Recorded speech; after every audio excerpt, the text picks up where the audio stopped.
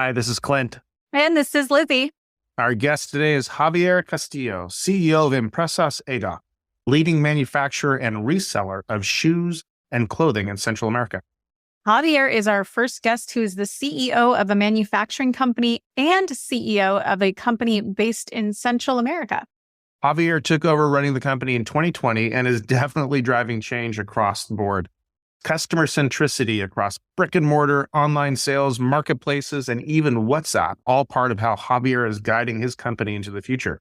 Yeah, and what's special about ADOC and Javier is their passion for social impact, doing good for the community with the profits that ADOC earns. To learn more about Javier and fueling growth in the shoe industry, stay tuned and enjoy today's pod. Thanks for joining us today on the Fuel Growth Podcast.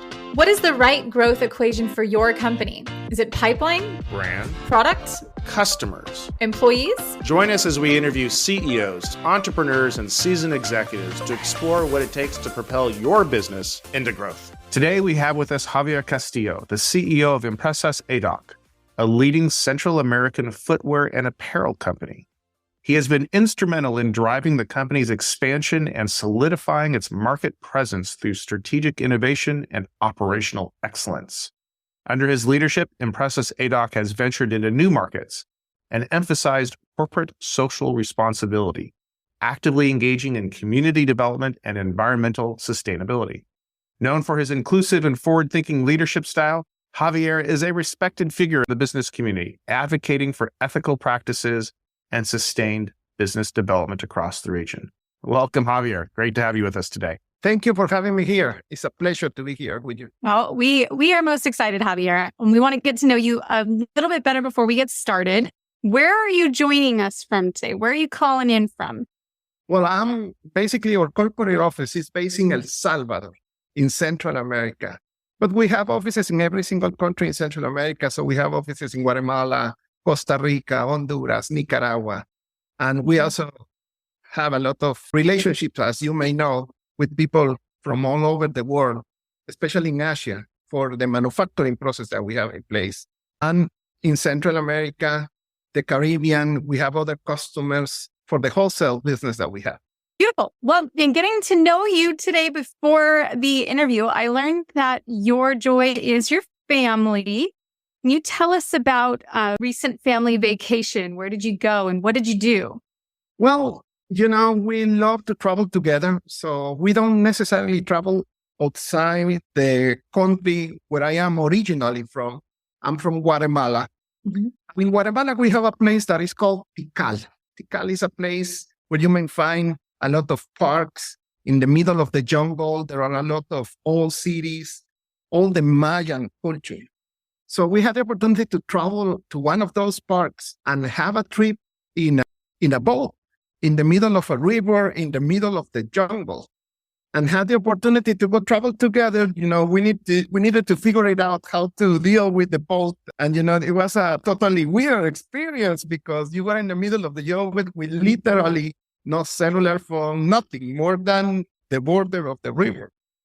And we get to a place that has a river. It has like a place that has no bottom where you can swim, basically in the middle of the jungle. And so you swim, you have to be close to the boat because there is no beach or something to walk on. It's basically the boat. You're in the middle of this kind of like, they say that it's like the top of a volcano. So you don't have a bottom. So we had to swim in that place, get to the boat, which is a very difficult thing when you are in the middle of the jungle.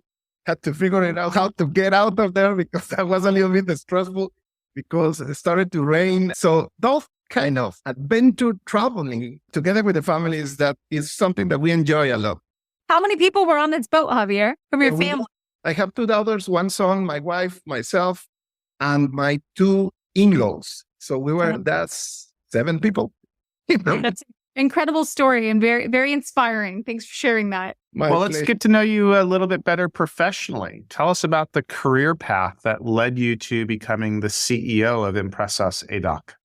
Well, I have 25 years of experience in retail, but my family owns restaurants since I was born, probably before that. So we have been into the restaurant business as a family.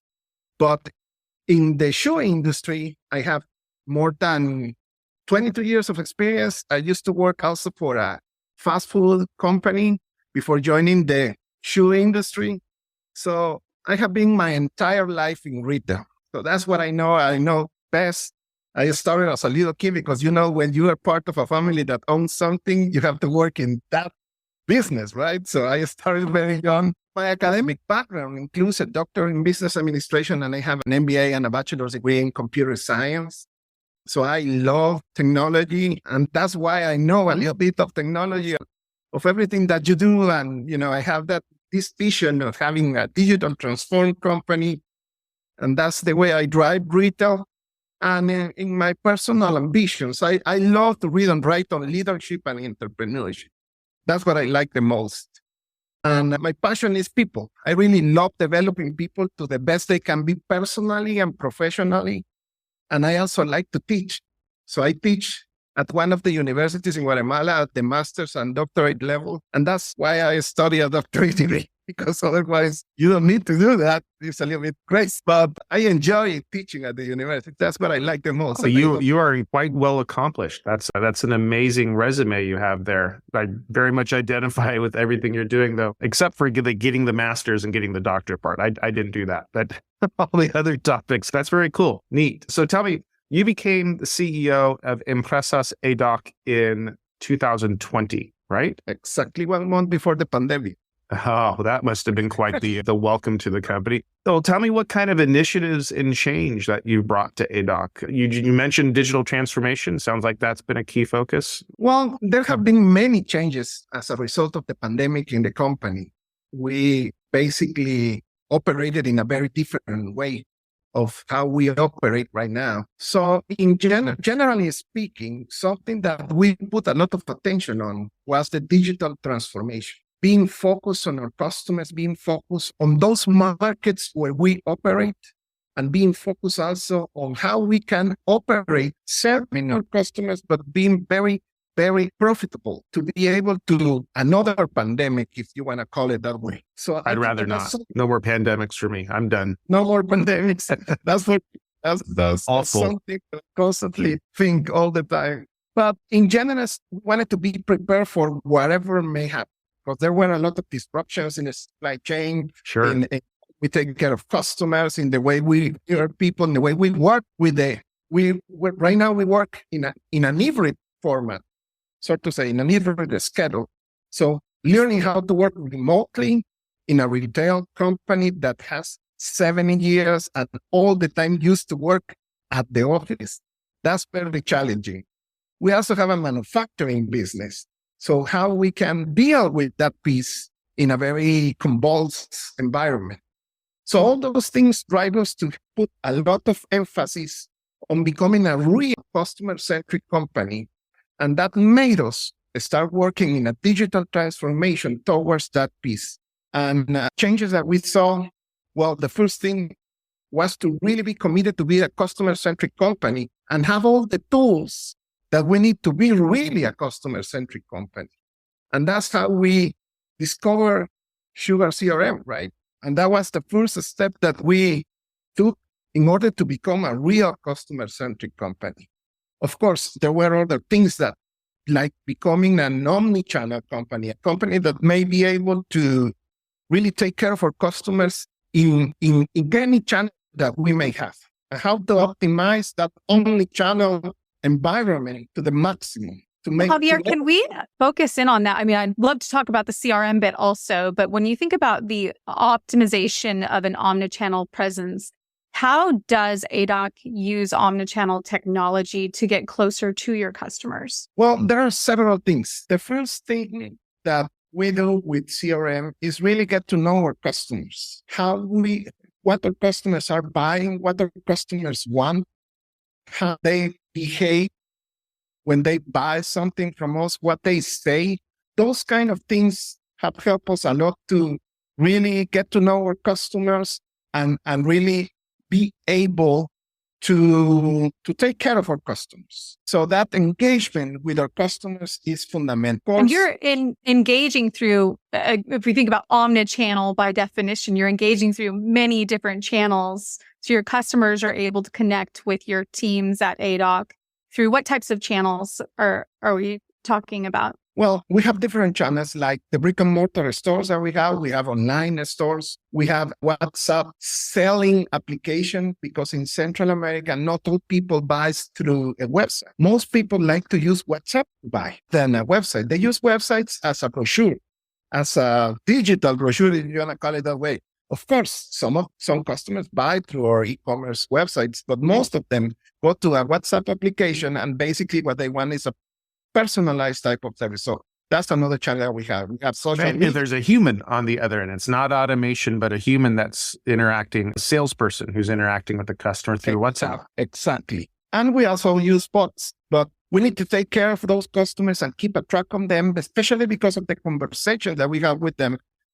That could happen not at the same time, not at the same day, but could be, throughout different days, even depending on what they are buying or they want from us. We also use social media as a way of selling. We have catalogs that we use with a catalog personnel that we have, functional way salesperson sells. So we also need to keep track on those interactions. And of course, we have marketplaces. We receive a lot of feedback from our customers. Every single customer that buys something from us can leave us a survey. We like to measure a lot the net promoter score. So we try to measure that in every single interaction that we have with customers. So all those areas are involved in what we call the customer service center, where we mainly use CRM as our most important tool to take care of all our customers and keep track of everything that we are doing. How do you think about customers by differing segments? Do you look at, is it by geography? Are you looking by product line?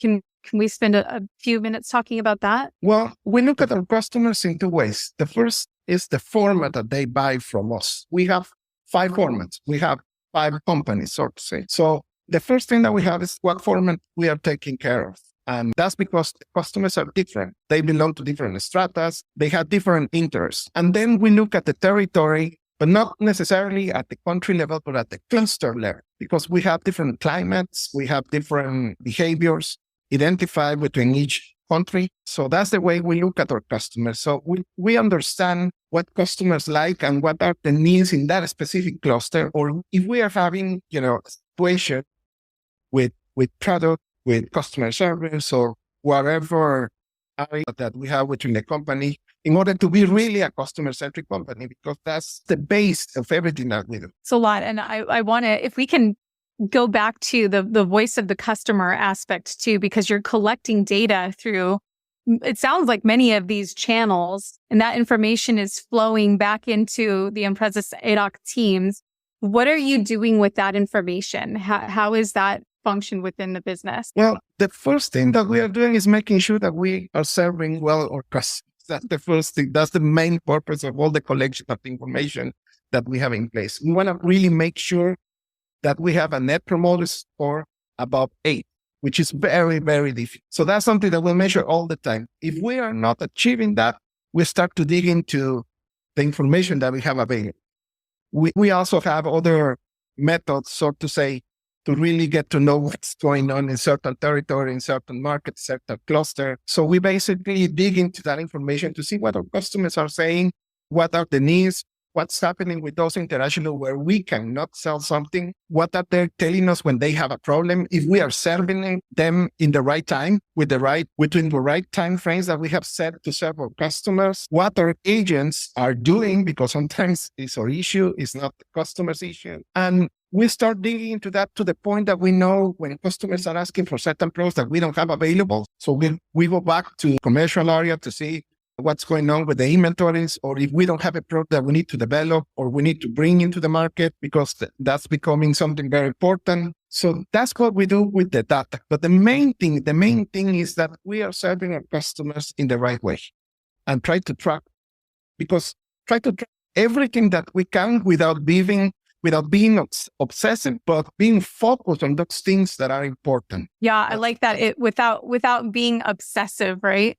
Speaking of tracking, I'm curious if you have a customer that comes to you first on the, we'll say, online storefront, and then through WhatsApp next. How do you know it's the same customer? Do you know it's the same customer? Well, yes, we do know. We don't know when they get it to our website. Well, it depends if the customer has an accounting or website or not, most of the time. If they have an account, we will know who the customer is and what he has bought, and we will start an interaction from that point. If it's a new customer that goes directly to WhatsApp, that will be a different history. We start building based out on the phone number, start building an history. That person is already a customer based out on that phone number. Well, we know what has happened previously, and we try to get from there. So that's the way we use that information. I have to say, it's so impressive. It just sounds like your team has some very sophisticated model down to take insights and use those to help support the customers and also to help make sure that, to your point earlier, ADOC is profitable. So that's kudos to the team. That's really impressive. Thank you so much. Well, we are trying to make our best effort to be really a leading company in the region for customer service. That's basically what we aim to. Yeah. Well, let's build on that for a second here.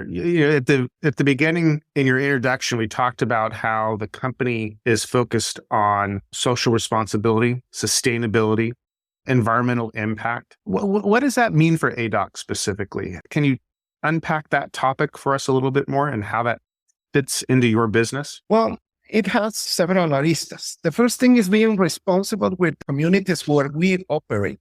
That's one of the most important things, because we know that that's something that creates this social capital for companies. So being responsible with the communities is very important for us. So that drives us to basically two initiatives that we have very well implemented among, throughout the years. Because we started probably 50 years ago. We were born as a company with a social focus. We wanted to be that company that was going to be able to provide shoes at the right price to the underprivileged people. That's how we started. So we were born with that social responsibility in place from the very beginning. But I would say that probably, I don't know how many. That's really cool. I just got to pause there for a moment. And I appreciate how you kind of combine the business side with the humanitarian side when you said social capital, right? It's a very business-like term, but has something to do that's all about the human side of doing business. And the way you're bringing business and humanitarian focus together is just so impressive. I commend you and the company. Thank you so much. No, for us, it's something to be very proud of. When I first started with the company, that was probably the thing that was more attractive for me to come to work with ADOC. Because for me, whatever you do, you have to have a purpose. Otherwise, you are just working, right? You don't have a purpose in life. So that's something very important for me. So this is a company that has a purpose. And that's something that I really appreciate a lot. And all our ADOCers, because we call all our associates ADOCers, because we are ADOCers. We love that. So we have culture, and a very fundamental piece of our culture is to cause a social impact. We want something that we say, that's the mission of the company, is that we want to make the world a better place. We want to make the world walk better. That's what we say. The world walk better. Queremos que el mundo camine mejor. That's how we say it. That's the mission of our company.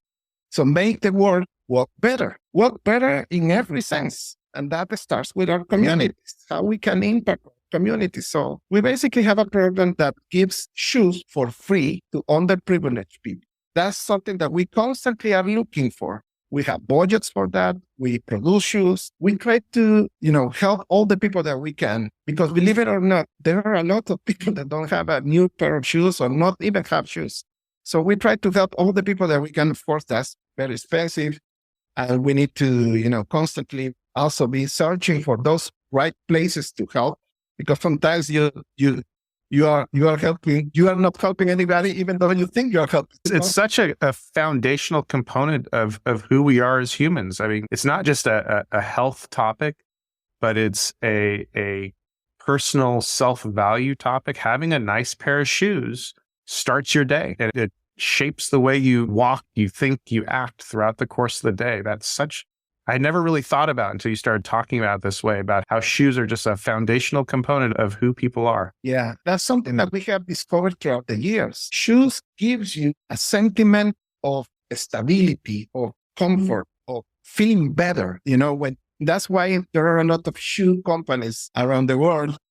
And I would say that that's in part because we feel safer, better when we have a very nice, good pair of shoes for whatever reason that I don't clearly understand, but that's a sentiment. That's why we have a lot of customers that have a lot of shoes. I was just going to say, let's not give any of our listeners ideas that their obsession or addiction to shoes is a good thing, but maybe it is. I have a friend who has a very similar mindset. She has been doing haircuts for free for underprivileged communities. And that same sense of it's the refreshed feeling. And I don't know that I wouldn't use the word stability for that, but there's just little things that humans feel better having: new shoes, new haircut, new hairstyle. It's just little things that make a big difference in how we feel and operate. Changes your outlook on life. Yeah. It does. Yeah, because you need that strength to continue with life, right? So you need to feel better. And if you are in an underprivileged situation, you need to feel better in order to continue, getting out of that situation, because that's part of daily life. So that's why we love the issues, because we feel that we are making them better person. So they may continue with whatever they need to do in order to get out of that situation. So we know that it's not the solution, but we know that it's a very fundamental piece to change their mindset mainly. And then we also believe a lot in education as a company. We have a social branch that supports education for underprivileged people. So what we do is we have worked with USA and also with Microsoft and other institutions to take these young people that is on, I don't know how that works in the States, but let's say that they are in 9th grade or 10th grade, something like that. Mm-hmm. They are getting ready to start their senior years. So we have a program that selects young people out of marginal and underprivileged cities and neighborhoods, and we put them in a special program to teach them 3 things. The first one is a second language. So we teach them English as a second language, but in a very intensive way. We also teach them technology. So when they end the program, they are basically programmers, and they understand very well what's going on in the technology industry. And we also give them values, how they can change their mindset to get out of poverty through education. And we prepare them to gain scholarships at the best universities in country, outside the country. So some of them even go to study to the US, they get the scholarships. And when they come back, they also help other young people, but they mainly help their families to get rid of and out of poverty. Because we believe that it's not just a matter of giving money away. We have this commitment of working with them 3 years to prepare them to get a scholarship and get a university degree and get out of poverty. Yeah, it's incredible, Javier. And I think I have to believe that if there's that much investment in the community and the social good that ADOC is doing, that probably transcends to your employees as well. You probably have pretty low employee attrition and really happy employees. Is that a fair assumption? I would say so. Yes, we have net promoters, internally net promoters score about 80. So that's incredible. That is something to be proud of for sure. Well, hey, let's take a look at your extensive business experience through a different angle. I have to believe that all of the years prior to ADOC and then joining ADOC, especially going through digital transformation initiatives and working on what I'm pretty sure was a pretty expansive omnichannel, I'll call it, project. Can you describe 2 to 3 mistakes or learnings of yours over your entire career that stand out for you that maybe our listeners can learn from? Yes, definitely. The first thing will be not having a clear understanding of customer needs. Very early in my career, I used to work for companies that basically used to travel without any clear north on what they needed to do. When you are not top management, where you are not a senior leader, that's a total chaos, because you really don't know what you need to do in order to be aligned with the strategy of the company. And I basically used to be a manager that used to drive my people without not even asking what was the right direction. And that was a total chaos. A lot of frustration, a lot of, rotation, all the bad things that you can imagine. So Then I love the humility there. But I am interested to know from you, what tips or aha moments were helpful for you to get to know your customer? Was it surveying? What other things did you do? I think it was the sentiment of not doing anything productive, because there is a point in time where you say, I'm having a lot of confrontation with customers. I really don't know what I'm doing. I know my job, but I don't know what's the purpose of all this. I don't know. And I cannot do anything to fix. So that sounds like an existential crisis.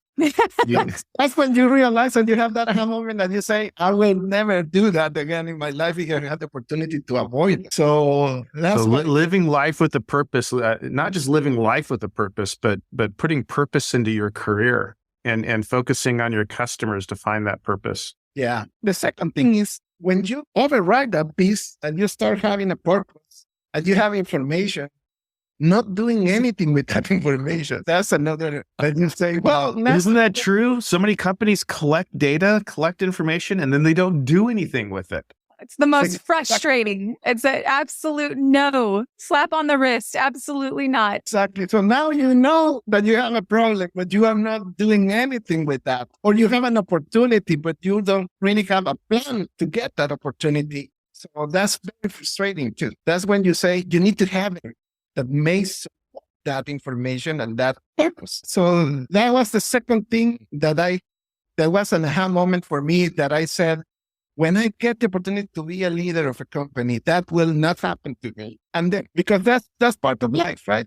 You are the result of all the experiences that you have in your life. And then the third thing is how leadership can make a difference between an organization and understand that leadership is not just about being born a leader, but it's more about, in my opinion, to learn how to be a good leader.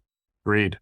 And learn throughout experience, but also learn through developing other leaders, because that's like your legacy, right? I am a firm believer that you learn more when you teach something, when you develop somebody on something, that when you learn something out of training or a book or something. So having that leadership role in place and teach people why leadership is important and teach them how to be a good leader within the culture that you may have, right? Because it varies depending on the company, depending on the territory. That's a fundamental thing to a real nice place to work, because otherwise it's just a name, right? Everybody wants to have a nice place to work, but in reality, is it a nice place to work? Is it a nice place to work with nice people that you want to work with? Exactly. And you will never respect somebody that don't give you anything, because leadership is an election, right? You decide who is going to be your leader based out on the benefits that you get out of that person. That's reality. Not because somebody will come and tell you, listen, this is going to be your leader. Is that person going to be your leader? You can't be a leader if you don't have followers, right? Yeah. And I think a lot of people forget that. They feel like, oh, I've earned the title or I have the title. Somebody gave me the title, but does that truly make you a leader? Because again, you're not a leader if you don't have followers. Exactly. So you have to learn how to gain followers. That's very difficult. Absolutely. I love these lessons that you've learned. You're able to summarize them so succinctly. It's very deep too. I love this. This ADOC is not just a manufacturer of shoes in Central America. It sounds like a movement. It almost sounds like it's a leadership in the community, and it's just so much more than just another company. That's because of your leadership, I believe. Now, for our last question of the day, Javier, where can our listeners find you and learn more about you? Well, you can find me throughout LinkedIn. My LinkedIn profile is Castillo Javier, like my last name with my first name twice, because that was the only available when I opened my link.